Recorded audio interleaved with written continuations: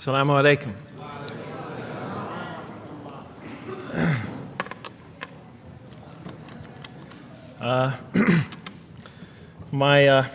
I've come from the University of Kansas. We're playing in the Final Four this very instant. So I want to let you know that you've asked a lot of me today. No, I'm just joking. All right, very briefly, I just want to talk a little bit about what the Quran has to say about the purpose of life.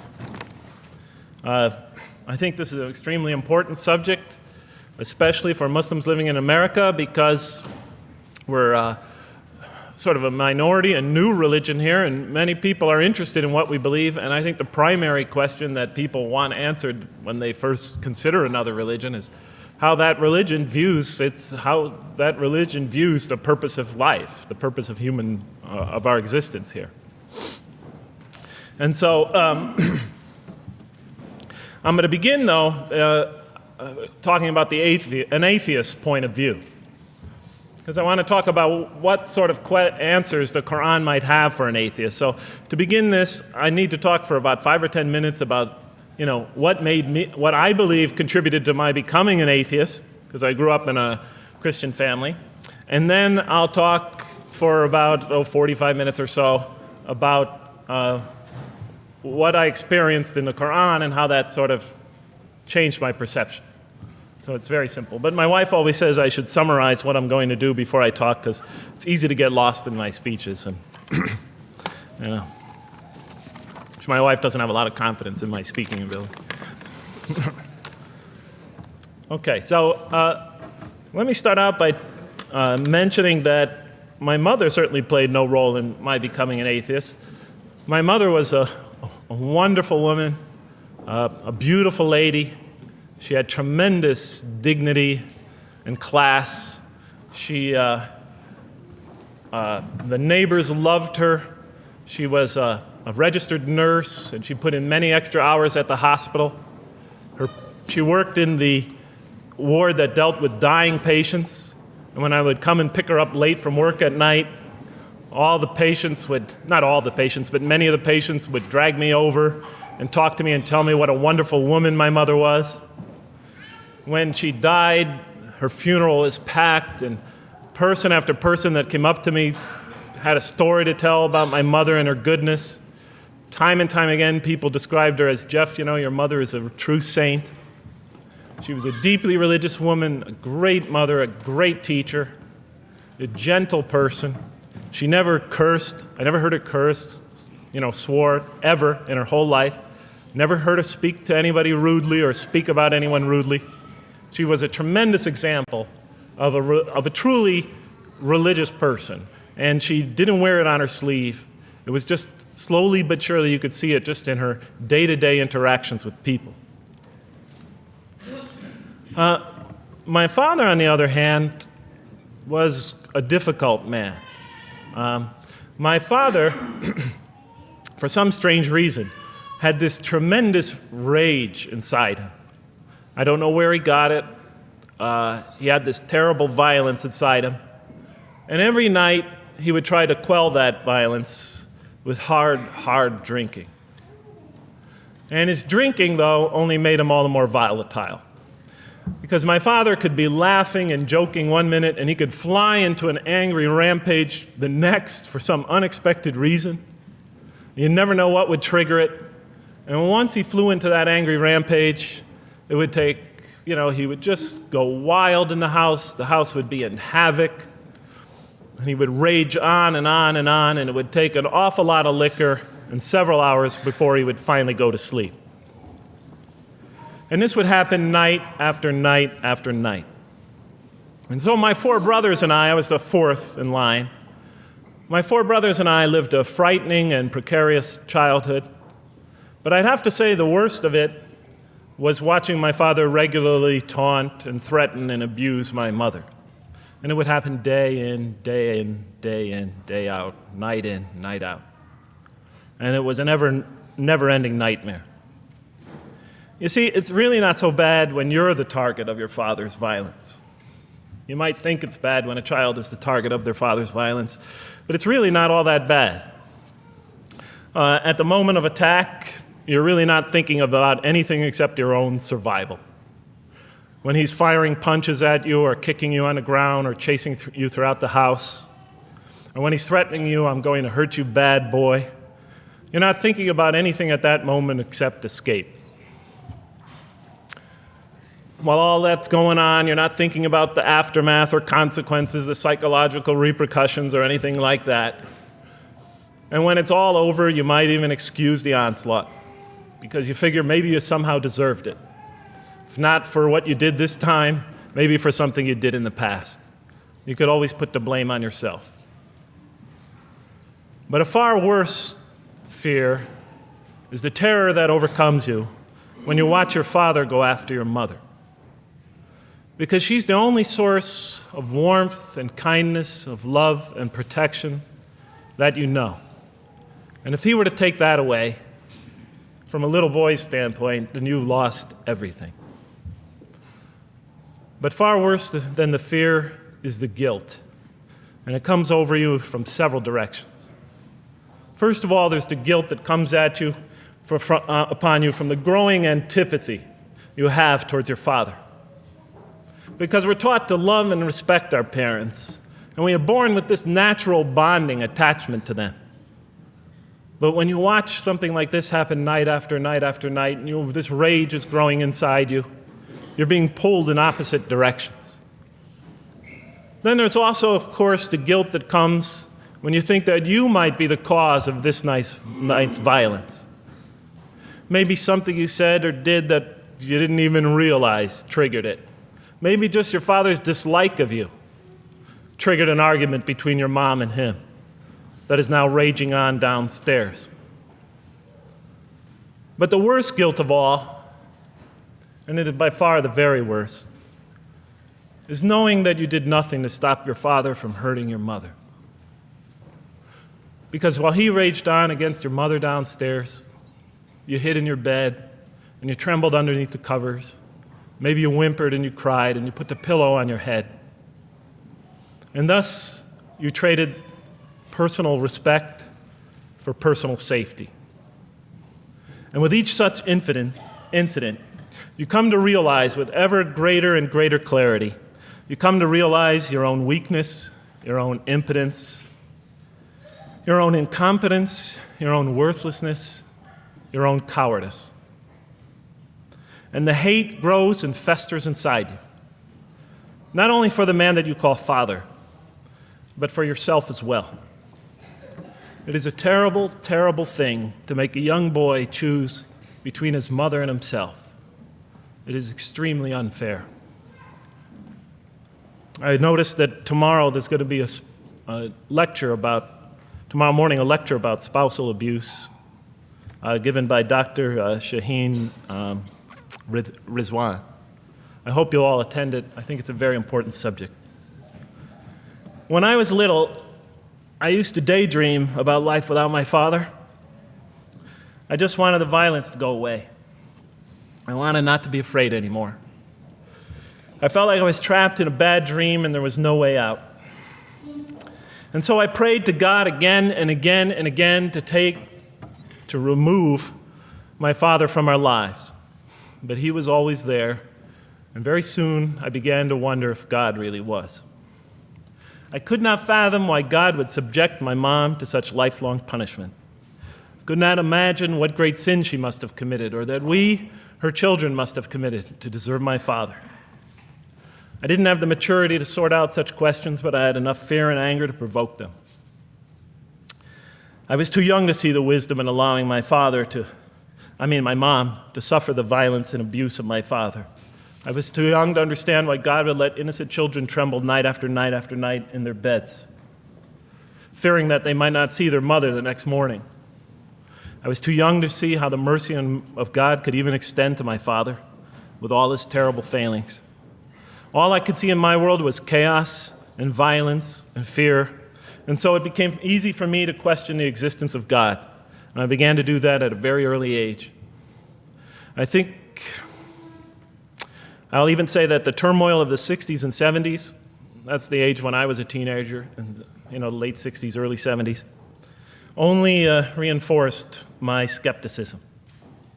When John and Robert F. Kennedy were assassinated, or Martin Luther King was gunned down, when Vice President Agnew was kicked out of office and Richard Nixon soon after him, when the race riots erupted in city streets like mine, and gang fights erupted in our cities, many of those which I was involved in, when I saw the bizarre and senseless carnage of Vietnam, they all confirmed the lesson that was already ingrained in me and that my father had taught me so well, that the world is dominated by random, consuming, undiscriminating violence. And very soon I began to ask why. Why would God make it that way?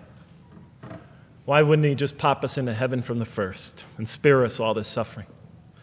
Why does he let little children in Vietnam get napalmed and run down the street naked on fire when they had done nothing to deserve it?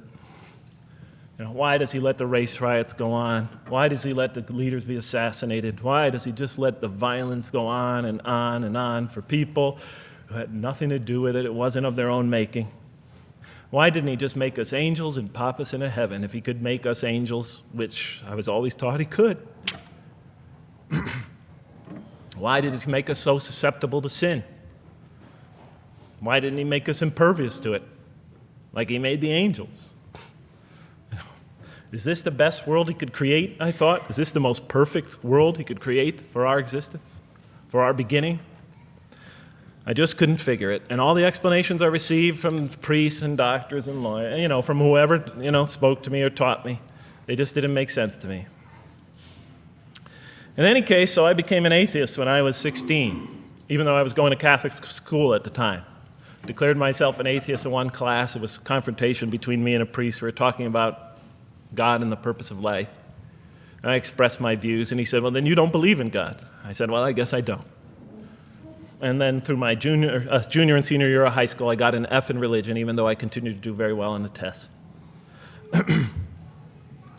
In any case, when I was 28, to make a long story short, some friends of mine gave me a copy of the Quran. And one night I was sitting in Diamond Heights, my apartment in Diamond Heights in San Francisco. I was working that time at the University of San Francisco. I was 27, 28 at that time, I can't remember. And I ran out of stuff to read, and I took this gift that my friends gave me and I began to read it. And I came to the first verse. Well, I opened the Quran, read the first page, then the second, and then very quickly, in the second surah, about 37 verses into the Quran, I came upon the story of mankind. And I have to admit, I read through it very quickly. It was about 9, 10 verses long, story of the first man and woman. And I recognized some of the details. It was similar to what I had learned when I was a child, but I noticed that there was something wrong.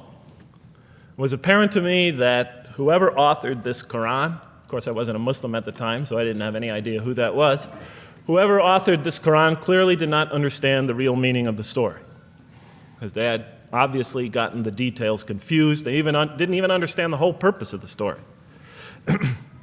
And so I just read through it once, and then I read through it again, just to try to see what kind of point the author was making, and then I read through it a third time and a fourth, and then I realized this is something strange going on here.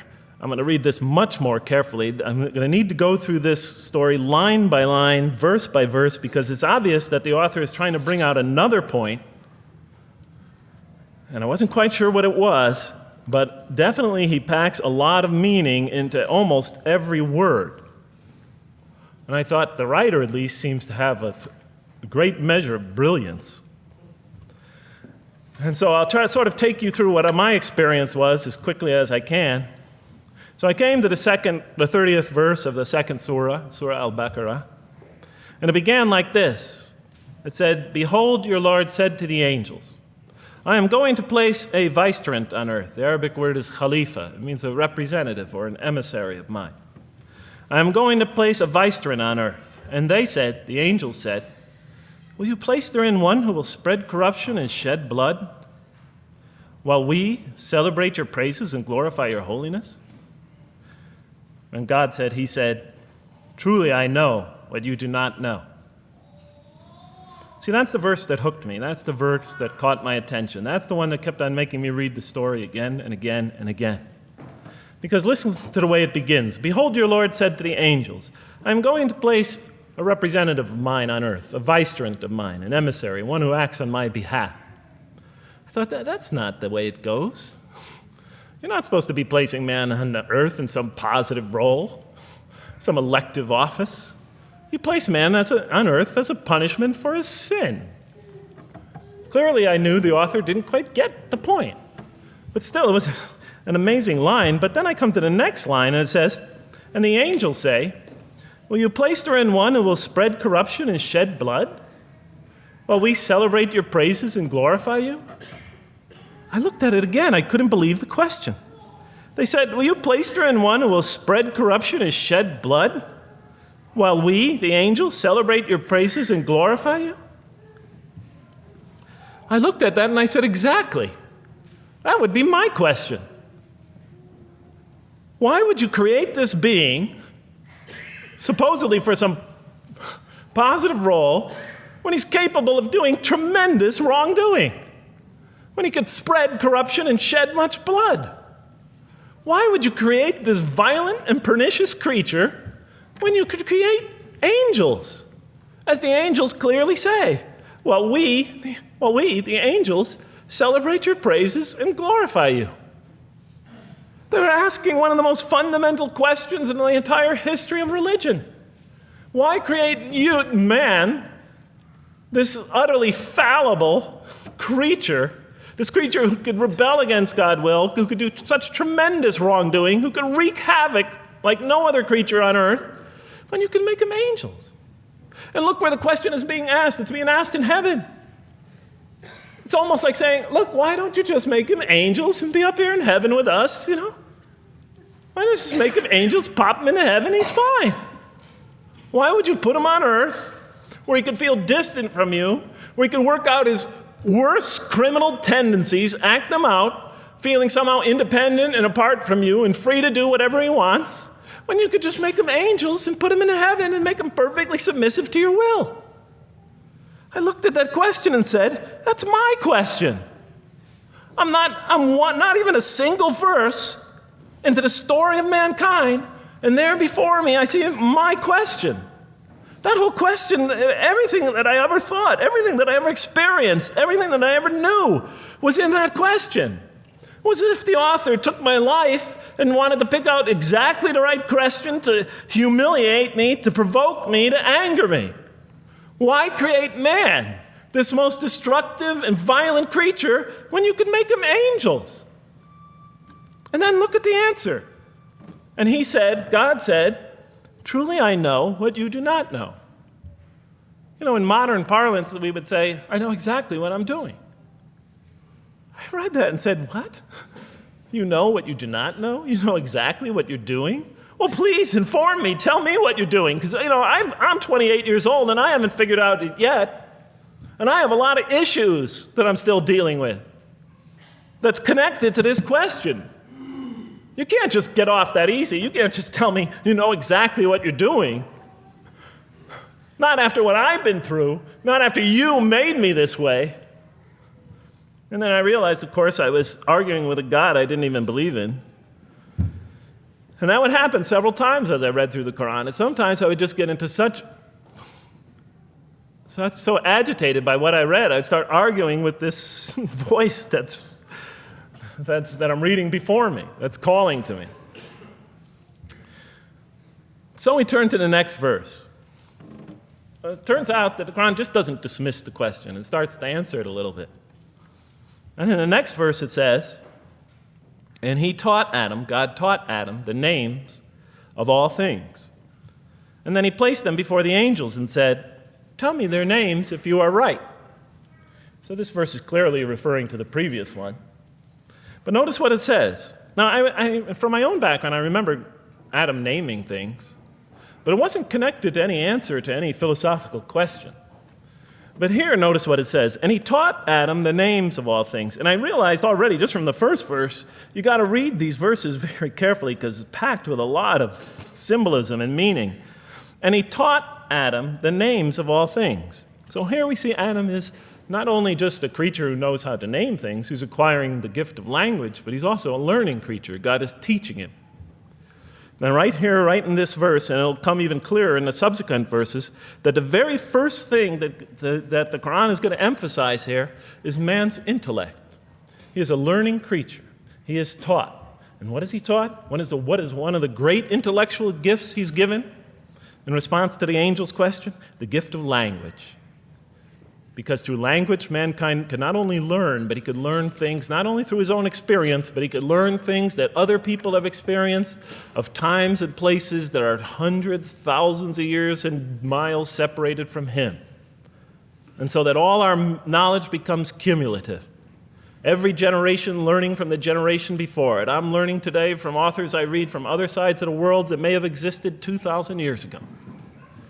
And so we all contribute to our collective learning and knowledge.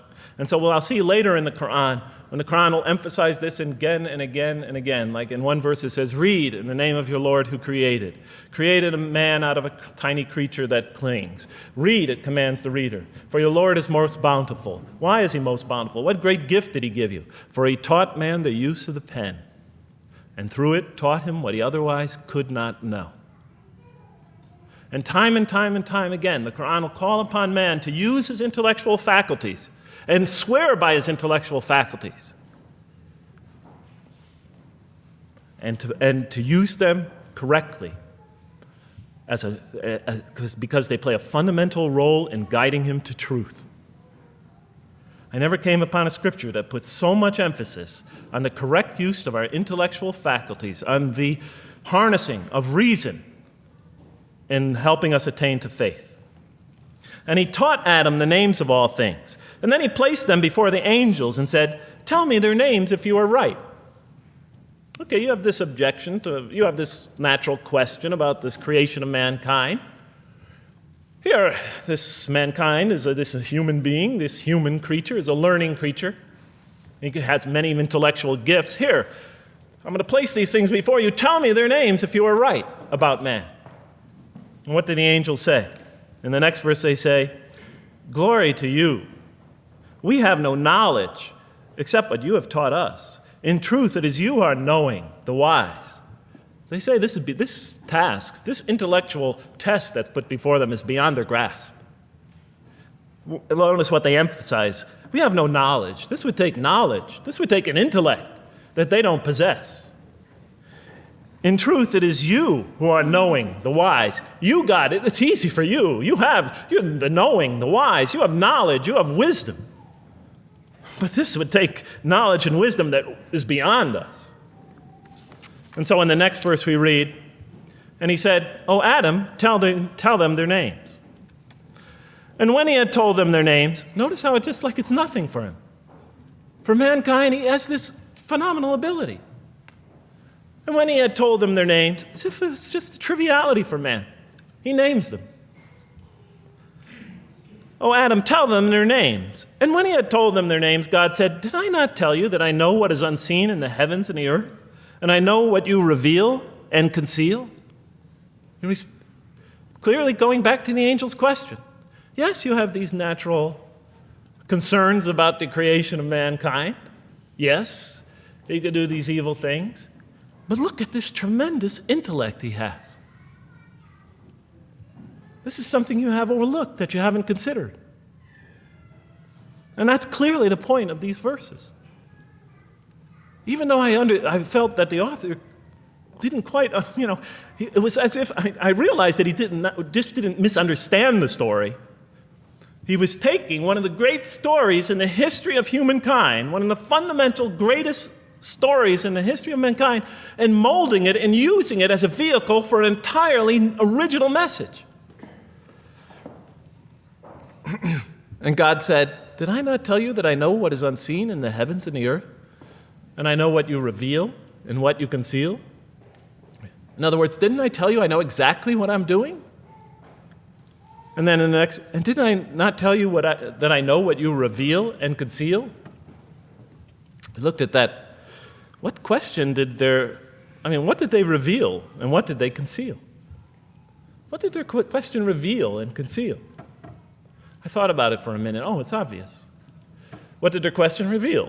You just go back and look at the question. It revealed the sinful and sinister propensities of man. I mean, it's obvious, right? Why are you all looking at me like that? You're starting to scare me. You're all looking very serious. Am I losing you? Wow. Okay. So, they revealed the sinister and evil propensities of man. But what did their question conceal?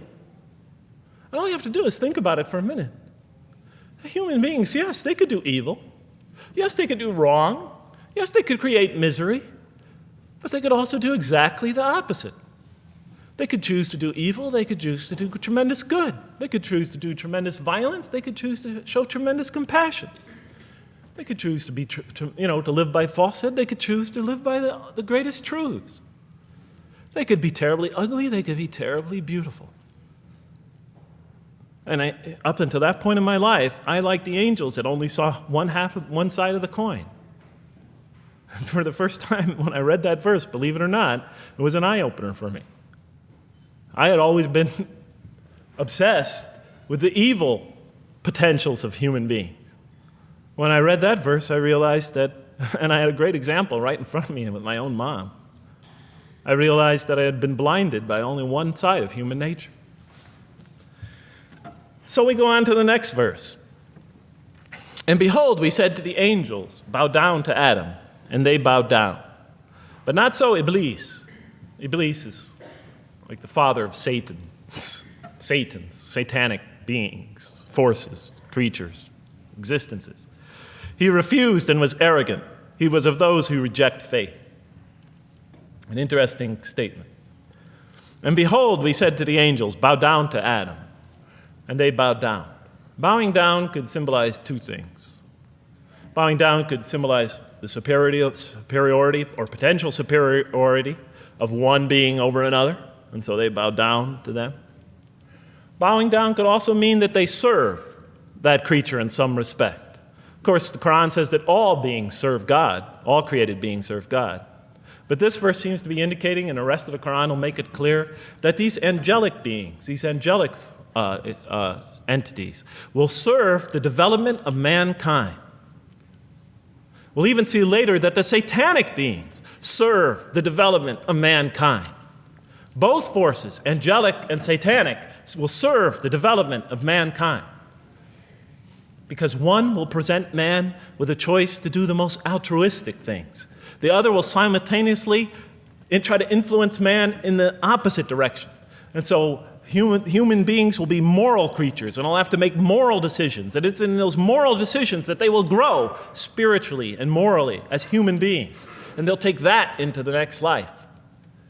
And the angelic and the satanic forces will be catalysts for those moral choices that they make. They will heighten the human being's awareness of the rightfulness and the wrongfulness of the choice he's about to make. And the self, the soul, the nafs, as they say in Arabic, will have to make the ultimate choice between good and evil. And that choice, that test will come again and again and again as human beings either grow or decline. And those tests will come again and again and again to try to help him towards his spiritual evolution, to bring him back. But that choice is ultimately ours. But I'm getting ahead of myself. And so we said to the angels, bow down to Adam, and they bowed down. But not so Iblis. Iblis is Satan, this rebellious force, this evil prompter, the one who whispers into the human heart. He comes into being. And with the introduction of Satan, we have the introduction of evil, that evil influences on human beings. And notice why Iblis does not bow down. He refuses because he was arrogant. You know, we often hear what's the root of all evil? In the West, it's always money, greed, etc. Here the Quran seems to be saying that the root of all evil is not always material wants. It's not always money, it's not always greed. At the heart of evil is arrogance, putting yourself above all others, of assigning to yourself special priority and neglecting the rights of others, of pride and arrogance and envy, the source of evil. He was of those who reject faith. I looked at that verse and I said, okay, I get why you would create angels, to sort of influence man in a positive direction. But why in this story now are you introducing Satan? What sort of role was Satan play? And then, of course, you just think about it for a minute and you say, yes. The story is telling us that on one hand, we have these magnanimous urgings come from one direction. On the other hand, we have these satanic urgings coming from another direction. In other words, the Quran is telling us that man is not only a learning creature, but he's a moral creature. He has understanding of right and wrong. And God infuses those, allows those influences to come to him. Man is not only an intelligent being, but a moral being. And so, the Quran is not all that difficult to understand. You just sort of read it, I found, and you just sort of follow your nose through it and see what it's saying. I'm sure as most of you in this audience know.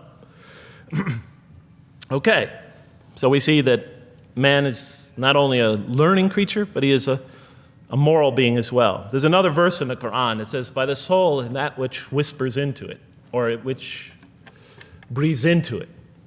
It's morality, it's immorality, and it's God consciousness. Both of these we are under the influence of. And God allows us to be under the influences of this. He creates us to be exposed to both influences. And then the verse says, truly he is successful, who causes it to grow. Causes his soul, his self, his real self to grow. And truly he is lost who stunts it, who disallows, who destroys his personal growth. So mankind is not only an intellectual being, but a moral being. And we said in the next verse, O Adam, dwell you and your spouse in the garden, and eat freely thereof what you wish,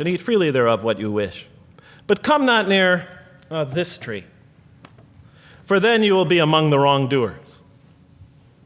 I looked at this verse and I was starting to wonder if the author was drifting back to the old story again.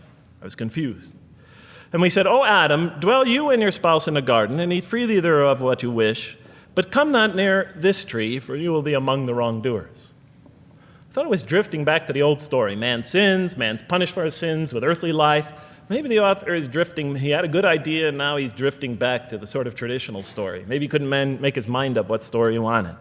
Except for a couple things about this verse, and this happened with almost every verse as I read through it, is that the whole tenor of the passage is sort of not what you would expect.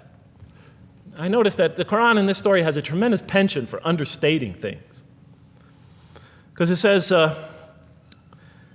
and said to Adam, dwell you and your spouse in the garden, and eat freely thereof what you wish, to Adam and his spouse. But come not near this tree, for you will be among the wrongdoers. I mean, there's no sense of God being threatened by the possibility of man eating from the tree. In this story, we don't see in this verse, we don't see that God is nervous at the prospect, that he's threatened by the prospect, that he's anxious about it. The tree that he picks, it seems like he's just picking out any tree. Nothing special about the tree. Go not near this tree, for you will be among the wrongdoers. Satan will later come to him and tell him it's a tree of eternal life, of a kingdom that never decays. Turns out to be a complete falsehood in his part. Nothing special about the tree. It's just a tree. God's not nervous at the prospect at all. In the tradition that I came from, God is threatened by the prospect. He has to put an angel with a fiery sword by to protect the tree so that mankind never goes next to it again. I'm not putting it down. I'm just pointing out the difference of the story. They're both beautifully told. But he has to guard the tree. Why? Because if they eat from it, they'll become gods like us. This man, he already has a rebellious nature. Can you imagine if he eats from this tree? No, can't let him get near that tree. But here, just, calmly says, but if you do, you'll be among the wrongdoers. God is not worried about himself. He's just warning man, making it clear that if you do this, you've committed a wrongful deed. Again, the whole tenor of all these verses that you read through it is God knows exactly what he's doing. Okay, next verse. But Satan caused them to slip and expelled them from the state in which they were. And we said, go you all down, some of you being the enemies of others, And on earth will be your dwelling place and provision for a time. What? I said. I mean, I was expecting now the rage, the anger, the violence, the jealousy. That's what I was expecting. Okay, they eat from the tree. Where's the rage, the violence? I'm going to punish you now. You're going to sweat on earth.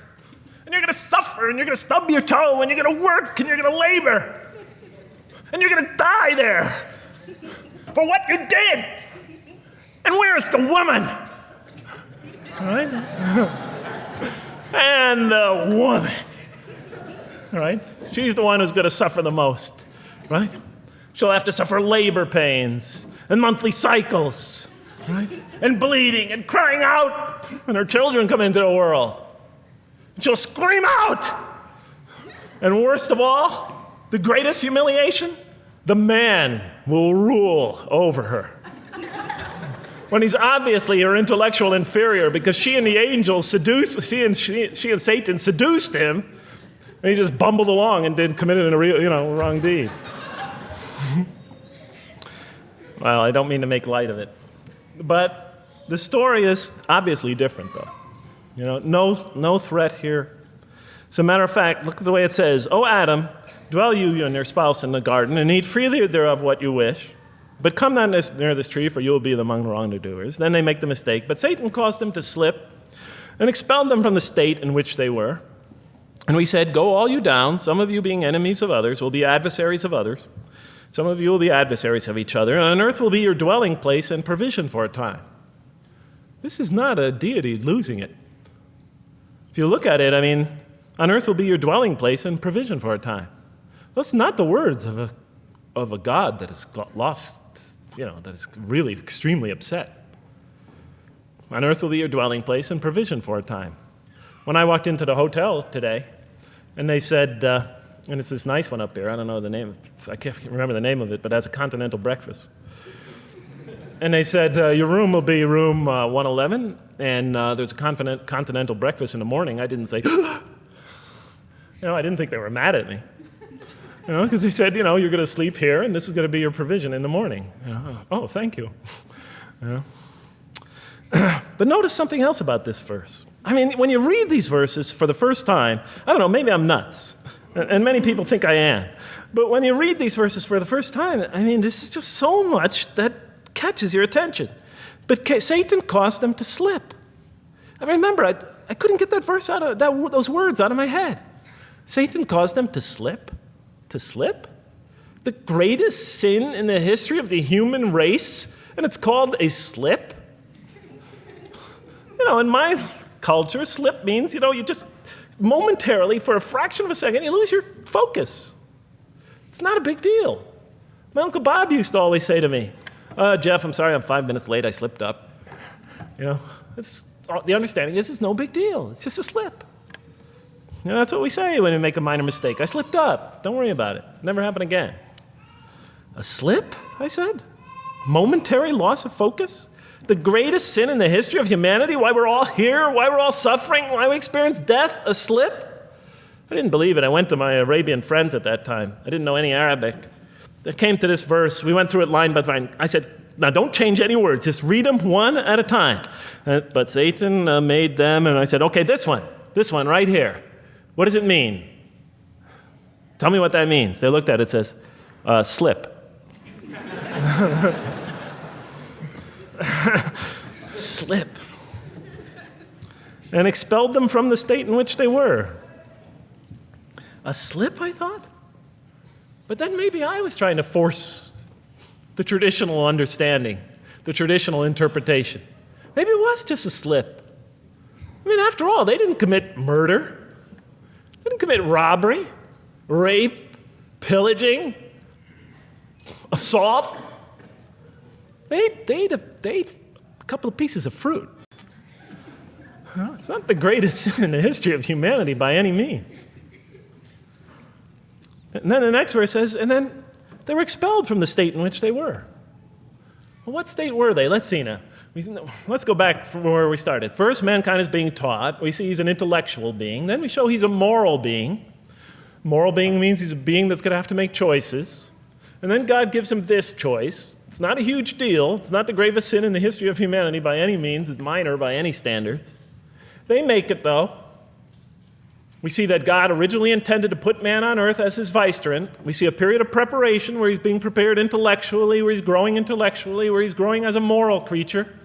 When does God finally put him on earth? What signals that he's ready to begin? He makes his first independent choice. It's not the worst deed in the history of humanity. It's minor on anybody's scale, but it shows that mankind is ready to act on his own, to be his own, to make his own choices, that God has empowered him to make choices, and he's ready to make them and carry them out and see them most often to their expected ends, if God wills. And that seems to be the only real significance of it. But I thought, maybe I'm getting this wrong.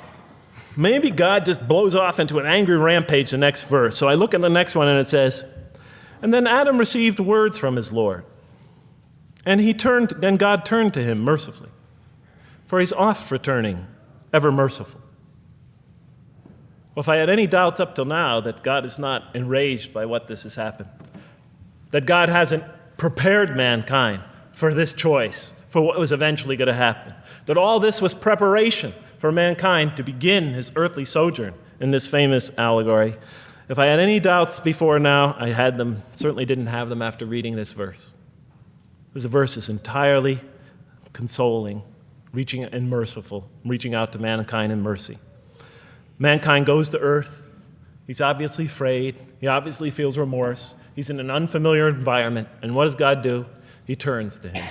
He turns to him. In Arabic, the word has the meaning of like a father turning towards an infant or a child or somebody, or a parent, a mother turning towards her child. And he turns to him mercifully, for God is oft returning, ever merciful. And Adam receives words from his Lord. What kind of words? Probably words of consolation, words of hope, words tell him not to be scared. And in the next verse, we see those are exactly the type of words that Adam receives. He says, "Go down," Adam and his spouse, "go down from this state, all of you together." Repeating that again, just so that we know that this is not a punishment here. "Go down from this state, all of you together, and truly there will come to you guidance from me. And whoever follows my guidance has nothing to fear, nor shall they grieve." It is an emotional picture. This young couple is here, in fear and in shame, feeling remorse, and God reaches out to them and turns towards them and tells them, "You have nothing to fear, nor shall you grieve. I know this is tough for you, but you've been prepared for it up till now, through your entire existence. It had to happen. This is a necessary stage in your development, in your growth, but just hang in there, follow my guidance, be true to me and I'll be true to you. I'll guide you, I'll help you, I'll do whatever you need. Just follow my guidance and you have nothing to fear, nor shall you grieve." Okay. So I was impressed. I thought this author, whom I didn't know, I thought was extremely brilliant. Because the story is entirely coherent, but it's bringing out entirely new meaning. And it's stressing some things in the human equation that I would never have normally thought of. Actually, I thought these sort of things argued against the existence of God. Here, the author was using them to say, look at these. These play a fundamental role in the purpose of life. What? Intellect. Human beings have intellect. Right. In response to the angel's question, they are moral creatures, and they are subjected to evil and angelic promptings. And they have to choose between them again and again and again throughout their existence. And their growth, which the Quran talks about frequently, is going to depend on that. We're here to grow, as we will see. But it emphasizes choice. Human beings are creatures of choice. It also emphasizes suffering. Suffering. Hey, that's pretty nice writing. It also emphasizes suffering. Human beings are going to suffer here on earth. That's the first thing that the story mentions. Spread corruption and shed blood? Havoc, suffering, pain? Yes, these three things play essential roles somehow, the story is saying, in our development on earth, in our very purpose of our development. These are the three things we've always had the most trouble grappling with, all theologies have. Why give us intellect if it leads us often to challenge in our minds the existence of God? If we can't reconcile the existence of God with our minds, with our reason, why give us choice if we can choose to do wrong? Just make us angels. Why let us suffer so on earth? Just pop us into heaven. And here the Quran is telling that these play essential roles in our attaining of faith.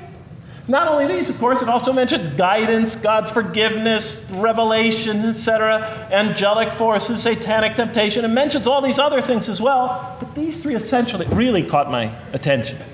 I never expected that these three things would be emphasized. And so as I read through the Quran, I looked, anytime I saw anything that seemed to relate to this, I would write down notes and underline it. And I would walk up and down in San Francisco with my pen as I'm walking, because I like to walk about 7 miles every day, and I'd be underlining. My friends would always say, "Jeff, what book are you reading?" And I would lie to them. I'd tell them, "Oh, it's a great novel or something." I didn't want them to know that I was reading the Quran. I think they thought I was going nuts. But in any case, so very quickly, I was wondering, does the Quran really emphasize reason? Does it really emphasize choice? Does it really emphasize suffering? How much more time do I have, Madam Speaker? 35? 25, okay. I'll do the best I can. So let me just try to indicate to you, as I read through the Quran, and I'll try to get through this quickly because you guys look tired. And I know you're interested to find out how that basketball game is turning out. Let's see, does the Quran really emphasize reason as essential to human growth, to this experience we're having on earth, to our very purpose? And the answer is definitely yes. So much so that even Western Orientalists, people who wrote against the Quran, said that this is a major feature of the Quran, a feature that you cannot miss. Henri Lemens, writing in the early part of this century, one of the famous Orientalists, who wrote very much against Muslims, hoping to unseat them from their religious belief. He wrote, "The Quran," and this is his quote, "is not far from considering unbelief as an infirmity of the human mind." Unbelief is, he thought, and he was saying it mockingly, is like, you can't think straight. You're not using your mind right, as my father used to say. Maxime Rodinson wrote at length about the rationalistic approach of the Quran to faith. And this rational tone of the Quran is one of its most salient features, beyond doubt. I'll just give you a few quotations. One of its fundamental themes is that people ignore or reject God's signs and corrupt religion precisely because they do not use their reason. And the Quran will say that again and again and again. The Quran says about the disbelievers, they refuse to reason and are a people who do not reason. I have 7 such quotes in the Quran. The Quran will say, "Will you not reason?" It mentions that 14 times to the reader. God reveals signs and lessons and admonitions so that, and this is a quote from the Quran, perhaps you will finally use your reason. There are 8 such statements in the Quran. From the Quran's viewpoint, reason and faith are allies, just as illogic and false belief are allies. And it clearly sets the conflict along these lines. It says the right way has henceforth become clear from error. Those who benefit most from the Quran are persons of insight. 16 such statements in the Quran. Firmly rooted in knowledge, 8 such statements. Use their reason, 10 such statements. Stand on clear evidence and proof, 7 such statements. Those who oppose this revelation are deluded, 9 such statements. In manifest error, 28 such statements. Ignorant, 15. Foolish, 3. Have no understanding, 9. Only follow surmise and conjecture, 9. And blindly adhere to tradition, multiple times. It states that. In an almost Socratic style, the Quran repeatedly quizzes the reader and calls into question his or her assumptions. Again and again, it asks us, what do you think? 18 such statements. Have you considered this or that? 13. Did you suppose? 7. Sounds like a math teacher. Do they not ponder? 2 such statements. Do you think? Do you even think? 18 such statements. The message is clear. To gain truer faith, we need to free ourselves from inherited notions and examine our beliefs rationally. Learning plays a key role in human development. Read, the Quran exhorts the reader. For God taught us the use of the pen and taught humankind what it otherwise could not know. In life, nature, and history, in the Quran, there are signs and lessons for those who are wise. There are 21 such statements. The Quran states over 100 times that it has been revealed to make things clear. I thought the author of this Quran must have had a strong mathematical insight, a natural mathematician. All throughout, when I was reading, I was trying to imagine what he must have been like. God teaches humanity both directly and indirectly, and sometimes so subtly that we are unaware of his instruction. Thus, he tests us in multifarious ways. Of course, I just want to make it clear, Muslims believe God himself is the author of the Quran. Sometimes I give this speech and people come away and ask me, Jeff, who is the author of the Quran anyway? But I didn't know.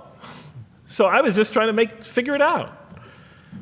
Repetition is indicative of the importance given to certain ideas. It should be observed that the Arabic word for knowledge in the Quran, ilm, appears 854 times in the text in its various forms. It's one of the most frequently occurring words. So the Quran really does put great emphasis on reason in our spiritual quest. Does it put great emphasis on choice? Well, here's what it has to say. Let there be no compulsion in religion. The right way is henceforth clear from error. It's a choice, and it must be freely made. And it's a choice between correctness and error, between right and error, between reason and falsity. Had God willed, he could have indeed guided you all, it says in the Quran. I went, why not? I thought. Why not just guide us all? Why let some of us choose to go this way and that way? The Quran was constantly provoking me as I read it. Do not the unbelievers know that had God willed, he could have guided all mankind? Oh, do not the believers know that had God willed, he could have guided all mankind? Okay, I'm an unbeliever, I thought. Tell me, why didn't you guide all mankind? If you want us to be in conformity of your will, just make us that way. And if we had so willed, we could have given every soul its guidance. Why did you let us be creatures of choice? Just program us to do the right thing. Never make a wrong choice. Had God willed, he could have made us all one community. He could have made us clones of one another. But he didn't. It wasn't part of his plan. Enlightenment has come from your Lord. He who sees does so to his own good. He who is blind is so to his own hurt. It's your choice. It says it again and again in the Quran. Remember when I was reading this, I was a disbeliever. And this scripture is constantly reminding me, it's your choice, Jeff. It's no compulsion in this. It's your choice. It's up to you. You're probably not reasoning correctly here. Think a little harder. Come on, try. It's just a few more steps. And whoever is guided is only to his own gain, and whoever is stray, I am only a warner. It's your choice. We have revealed to you the book with the truth for mankind. He who lets himself be guided does so for his own good. He who goes astray, it's to his own hurt. It's his choice. There are many, many such references. I'll stop there. But you get the point. The Quran clearly emphasizes that choice plays a key role in our development. But what about suffering? Suffering's the biggie, right? That's the real major question. What does the Quran have to say about suffering?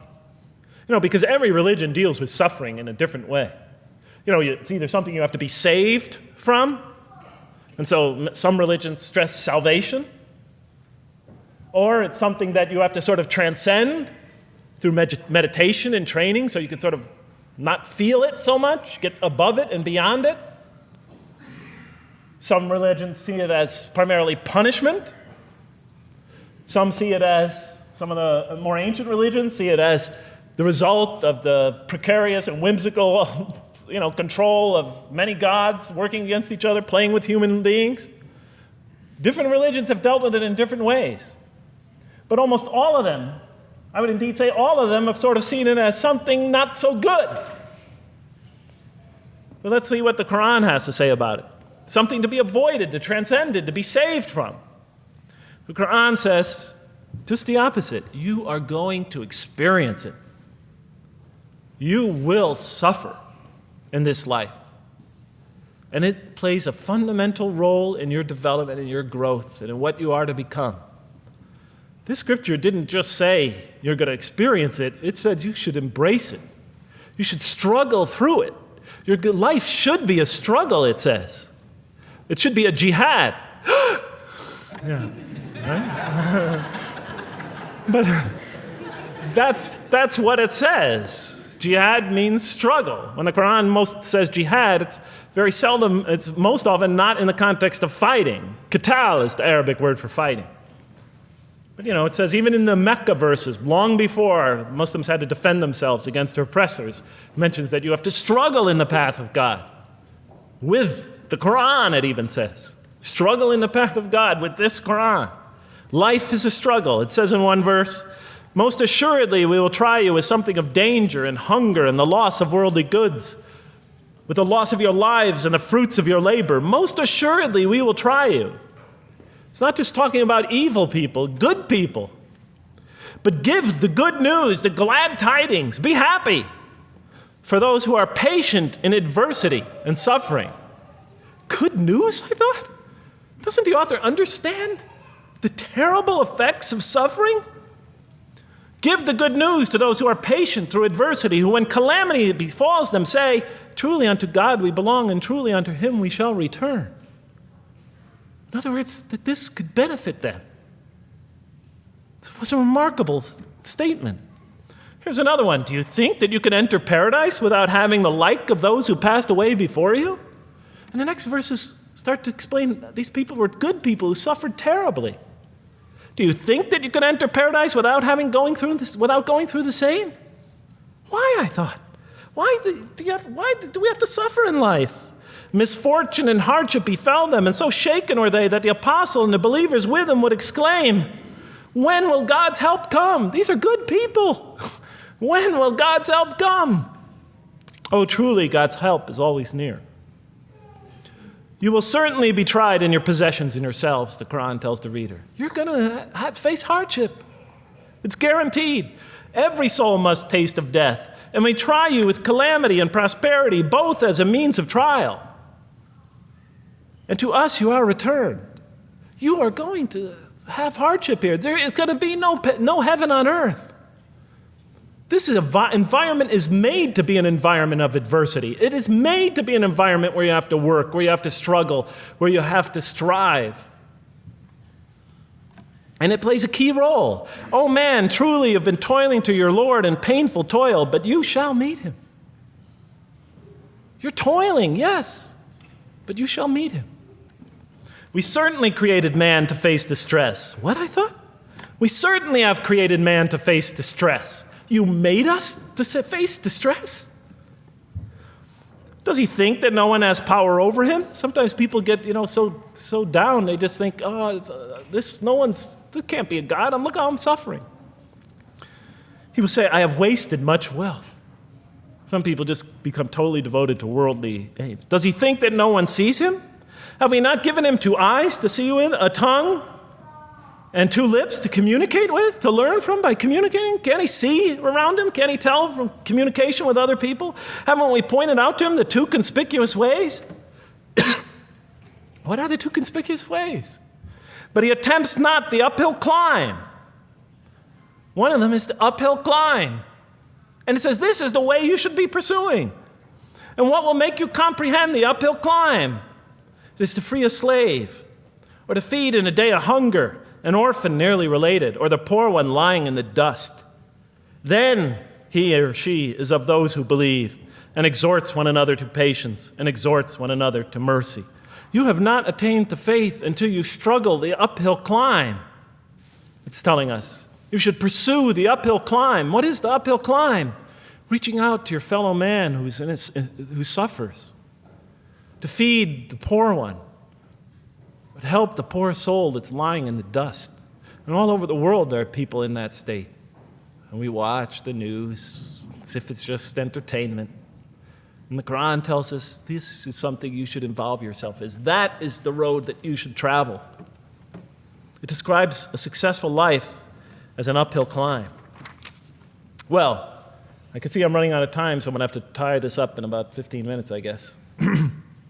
But definitely the Quran emphasizes these three elements in the human drama. But as I read through it, I couldn't see how it all fit together.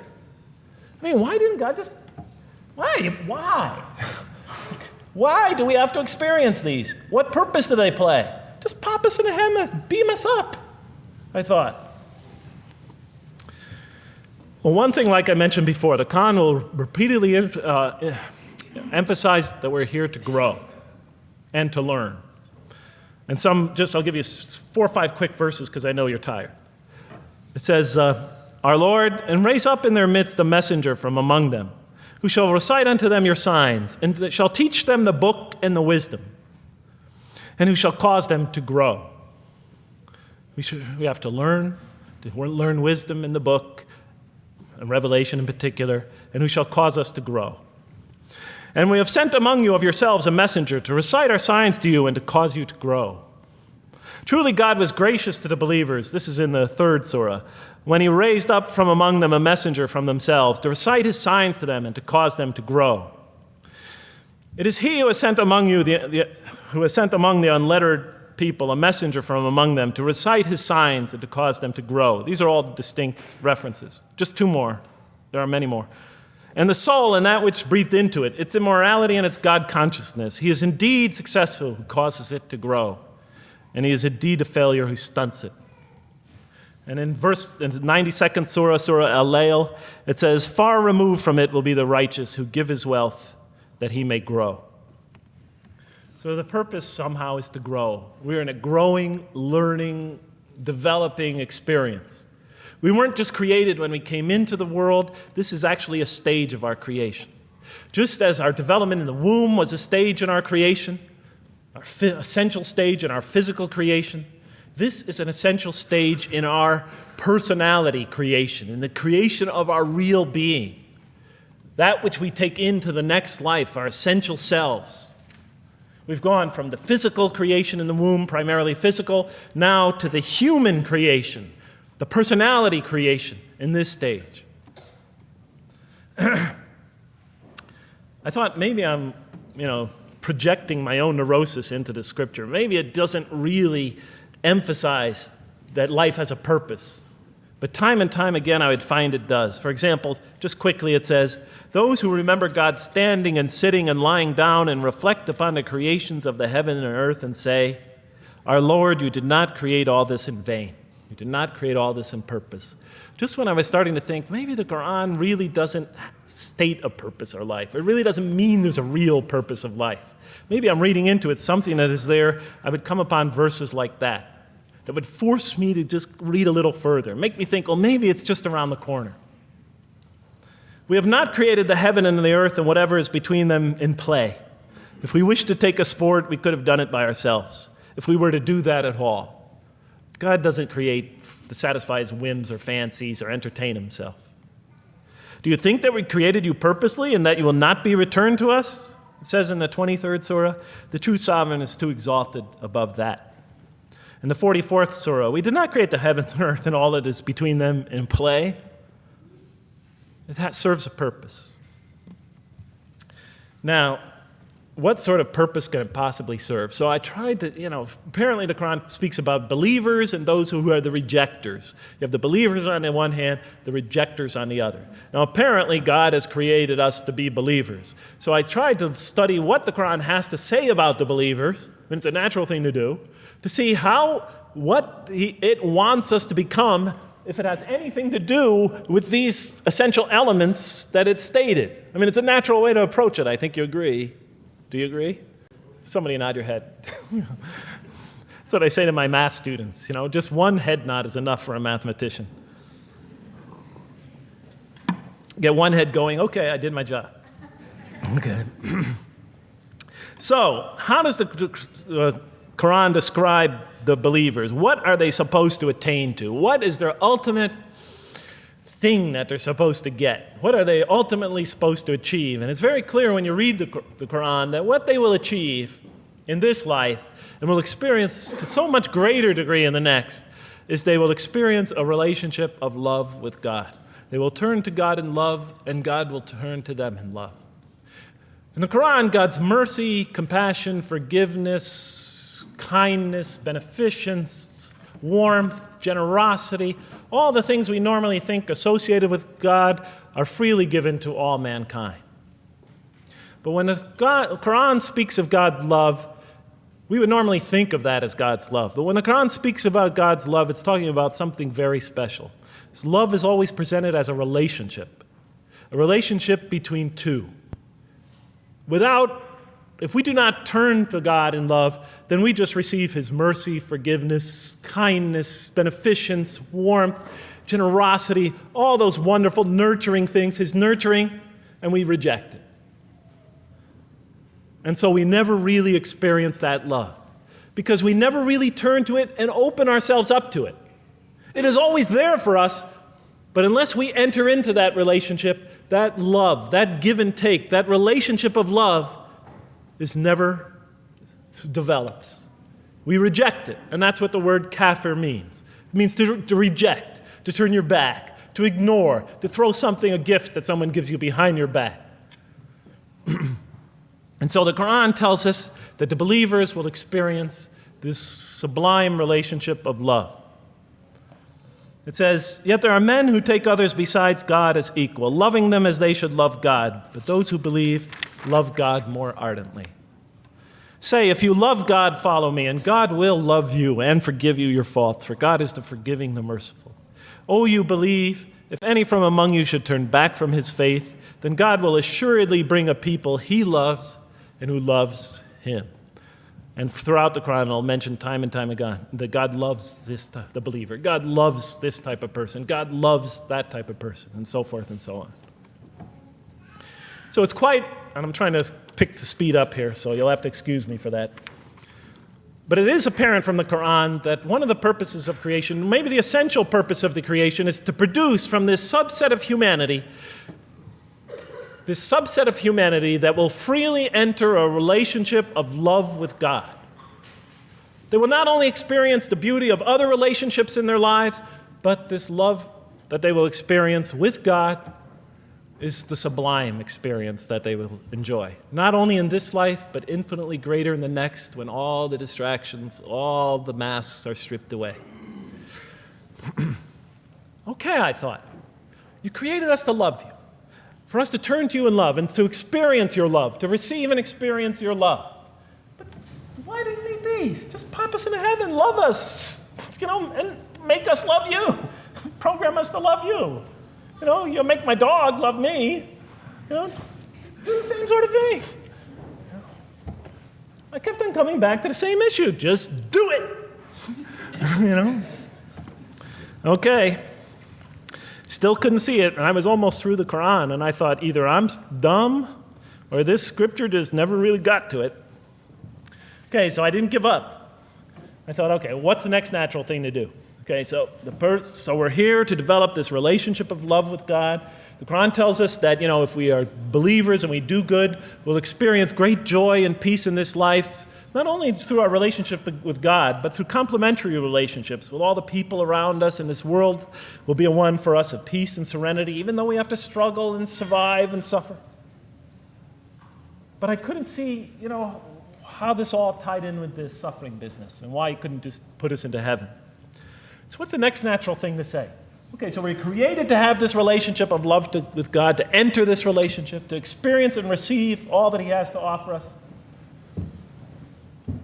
So the natural thing to do is to study the two partners in that relationship. What does the Quran have to say about us, the believer? What does it ask of him and her? What does it require of them? And then what does the Quran tell us about God? And then is there some essential nexus, some essential connection between them, and does it have anything to do with these? Because if the Quran doesn't show that, then the essential link that links all this together, that pieces it all together, is missing. And as I thought to myself, whoever this author is, and by now I knew he had fantastic genius, even though he came from the primitive confines of the most backward, most uncivilized sector of humanity, of people that had no literary history, really, to speak of, no great works of literature, no scriptures that preceded him, even though he came from the desert of culture, even though this came out of that environment, and the mind behind it had to be tremendously and phenomenally genius to come out of that surrounding and produce something like this. If that essential link was missing, I knew that, he was great, but, and extremely great. But, what do you expect? How could anybody answer those questions? Nobody in the history of humanity has been able to answer them. Okay, so I thought, first I'll see what the Quran has to say about the believers. What does it require of them? Then what it has to say about God, and see if there's some essential link. Are you following me? You're giving me the note. Get off the stage. Okay, I'll do my best. It's a deep subject. We're almost done. Bear with me a few more minutes. I'm sorry, really. I know Siraj Wahhaj, when he gives these sort of speeches, he always says, okay, I'm finishing up now. And then 10 minutes later he says, you thought I was telling you to do I won't say that, but just give me a few more minutes. Bear with me. Okay, quickly. What does the Quran ask of the believers? From the Quran's many exhortations and its descriptions of acts and types of individuals loved by God, it's not difficult to compose a partial list of things that the Quran wants us to do, which it calls good deeds, time and time again. To believe in God, to have faith in God, to have a relationship with God, and to do good. So what does it describe as these good deeds? Well, as I read through the Quran, it says that, can I take this away? Remember, intellect, choice, suffering. It says we should show compassion. Show compassion. We should be merciful. I have the references here, but just excuse me, I'm not going to list them all. We're running out of time. We should be forgiving. Forgive others. We should be just. We should protect the weak and defend the oppressed. Defend the oppressed. We should seek knowledge and wisdom. Knowledge, wisdom. Bear with me, ladies and gentlemen. We should be generous, truthful, and we should be peaceful. And we should love our fellow man. Love others. I'll just give you one verse because I know we're running out of time, Madam Speaker. Truly those who believe and do good will the most merciful endow with love. And to this end we have made this scripture easy to understand in your own tongue, so that you might convey a glad tiding to the God-conscious and warn those given to contention. So, to this end we have made this easy to understand, so that we'll learn to love others. Okay, that's all I'll say about that. I would like to say a lot more, but I don't have time. Now, what does the Quran tell us about God? You have to realize I'm just about through with the Quran here, my first time reading it. And now I was really caught. I searched my head. What does the Quran tell us about God? It tells us nothing could be compared to him. That he's outside anything that we may compare to. That our definitions do not encompass him. That our reason cannot comprehend him. That he is transcendent and we are finite. That he is immortal. He transcends time and space and we are bound by it. That he is immortal, we are mortal. He is uncorporeal, we are corporeal. That we have no way of comparing ourselves to him. Nothing could be compared to him. I thought, oh my God, I'm so close and yet so far. Because I'll never understand the essential link between us and God and why these three things fit into place. Because the Quran tells us that we could never really quite understand God. Or at least that's the way I thought. And so I put down the Quran when I had finished it. And much to my dismay, I was honestly disappointed because I thought the author made a brilliant try, but he never quite made it. And so I was sitting in front of, about 3-4 weeks later, I was sitting in Diamond Heights in my apartment watching a football game, I think it was. And sometimes things just slip into your minds when you least expect them, and I'm sitting there watching it, and all of a sudden into my mind came a thought. And I said, wait a minute. The Quran does tell us so much about God. It tells us again and again and again, but somehow I just missed it. Just skimmed over it every single time. Because if you turn to almost any page, if you turn to the beginning of any surah, you could see time and time again essential information about God that I just thought was sort of a literary device, something to make it just sound more beautiful. Because if you turn to the beginning of any surah, you'll see the words Bismillahir Rahmanir Rahim, in the name of God, the most merciful, the most compassionate. If you read almost any passage, long passage, when you come to the end of it, it's punctuated by dual attributive statements like God is the merciful, the compassionate, God is the forgiving, the gentle, God is the kind, the protector, God is the generous, the truthful, God is, and so forth and so on. There are tens of thousands of such references in the statements in the Quran. What the Quran defines as God's most beautiful names, his attributes of perfection, repeated again and again and again on almost every page. And as I sat there, sitting by the television, I started to jot them down in my, on my little piece of notebook there. Same notebook I used to jot these down before. And I began to list from my own mind the attributes of perfection as I remembered them. And they were, God is the compassionate. God is the merciful. God is the forgiving. God is the just, the protector, the defender of the oppressed and the weak, the knowing, the wise, the generous, the kind, the truthful, the loving, the peaceful, the source of all peace, the truth, and so forth and so on. Every item I had listed in my list for the qualities that we human beings are supposed to develop, the Quran was telling me had its infinite source and perfection in Allah, in God. And then all of a sudden, all the pieces fell together. Then I suddenly saw it, as I see most of you probably see as well. That now, suddenly it all began to make sense to me. In what way do I say that? Well, it was now obvious why we had to develop these qualities. It was now obvious how these things on the floor here fell into place. And I'll just say it clearly. We're here to develop a relationship with God, to become closer to God. But how can you become closer to God when he's transcendent and you're finite, when he's immortal and you're immortal, vice versa? When he's immortal and you're mortal, when he's unbound, fettered by time and space, and you are, and so forth and so on. How can you become close to that one? If I want to become close to you, I need to have something to share with you, something that we have in common.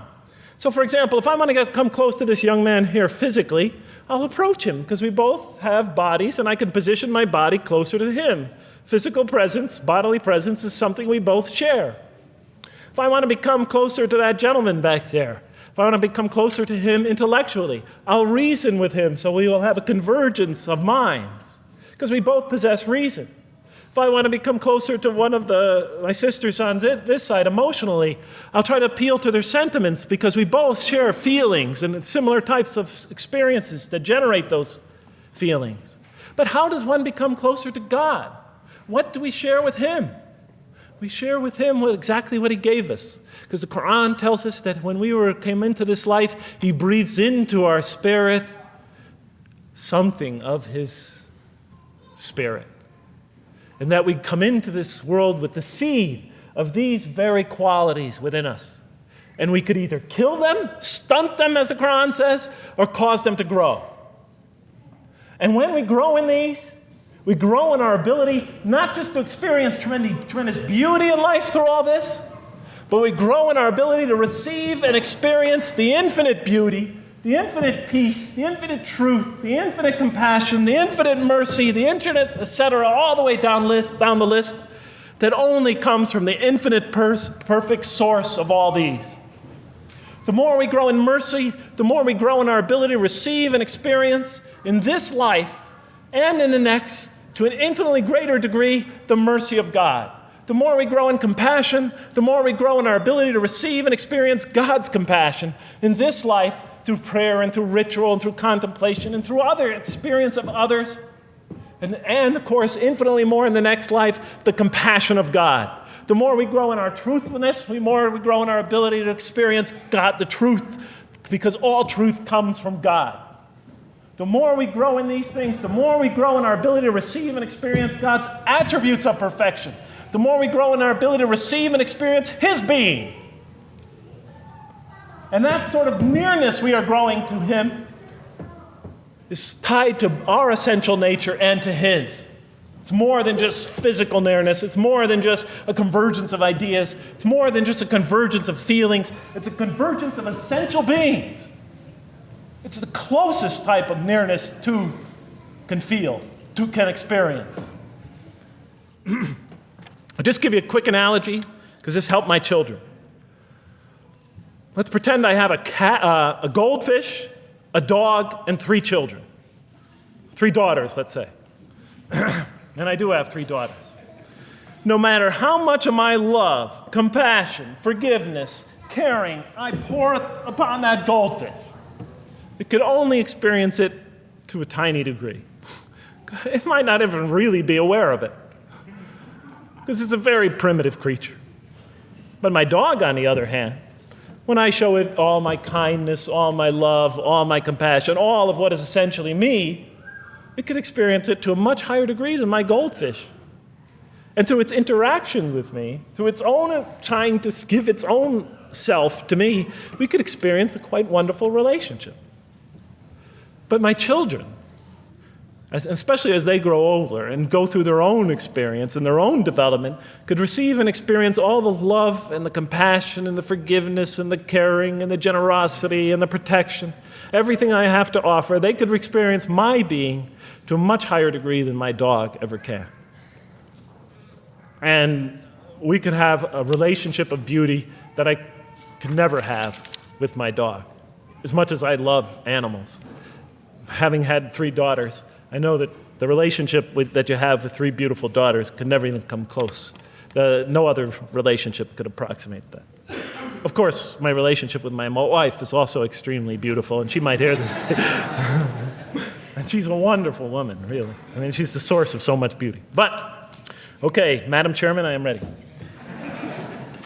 So that seems to bring it all together. So now, I thought, wait a minute. That doesn't explain this. Why the intellect? Why the choice? Why the suffering? I thought, you almost had me, this Quran. You almost duped me. You almost tricked me, seduced me into accepting this philosophy. But wait a minute. What about intellect, choice, suffering? Why do we have to experience these? Why couldn't you just programmed us to be merciful, compassionate, forgiving, etc.? Why do we have to go through all this? And then, of course, the answer came to me as quickly as I thought of it. So we are creatures, and we grow, and we become.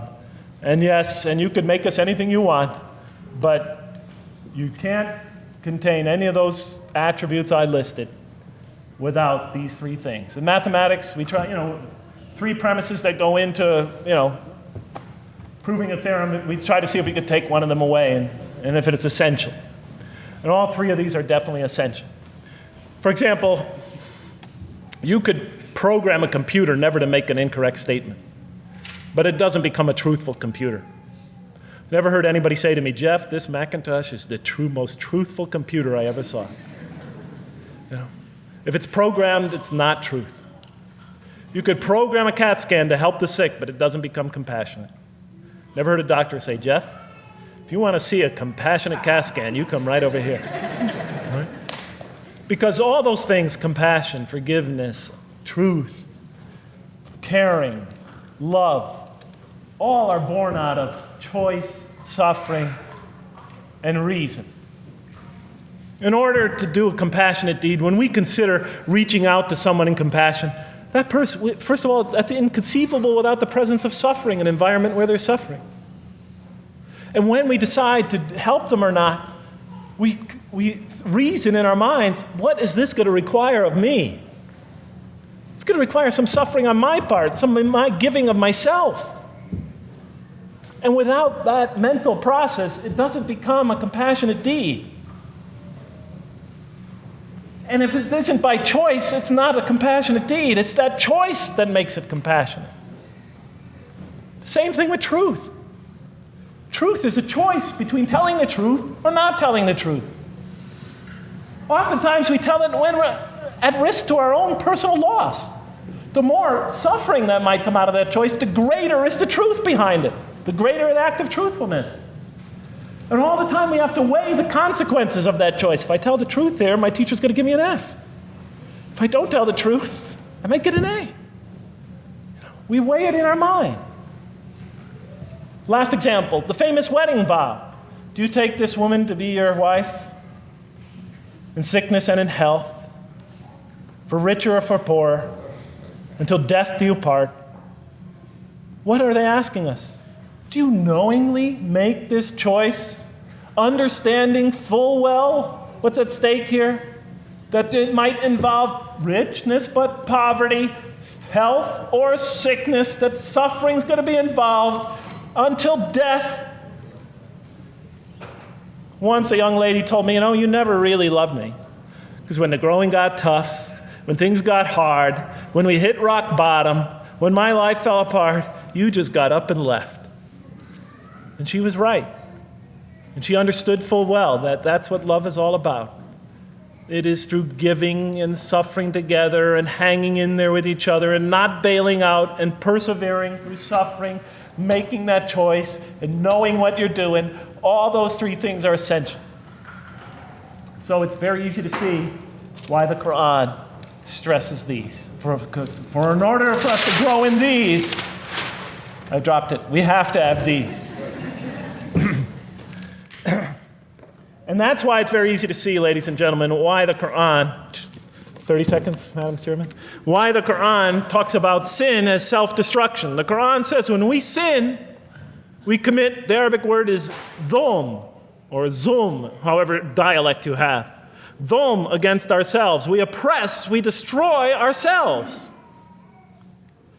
Because when we don't grow in these, when we grow in the very opposite of these, we are literally destroying ourselves.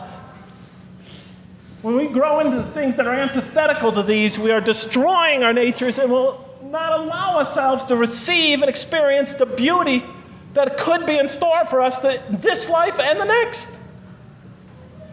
It's like coming into this world and developing in the womb none of the physical things you need to experience comfort and joy and peace and happiness on a physical level in this life.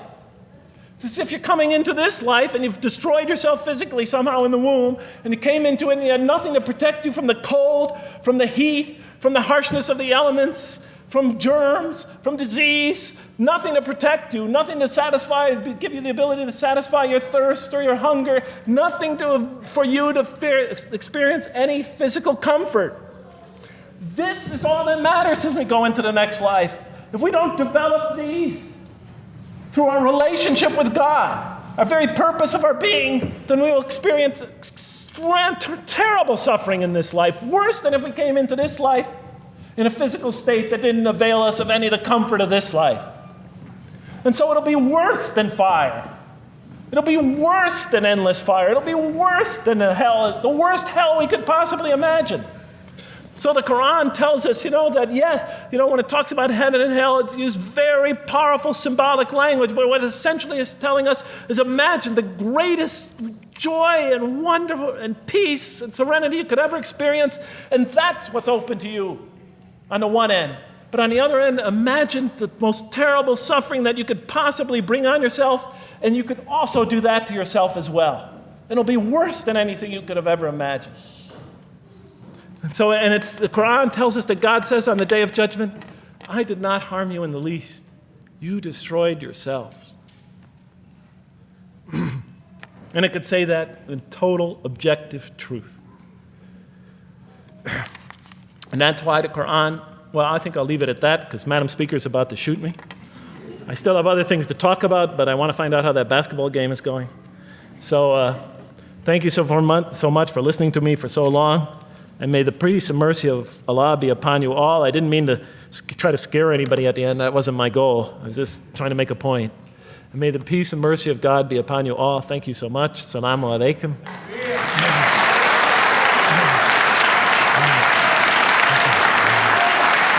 Thank you.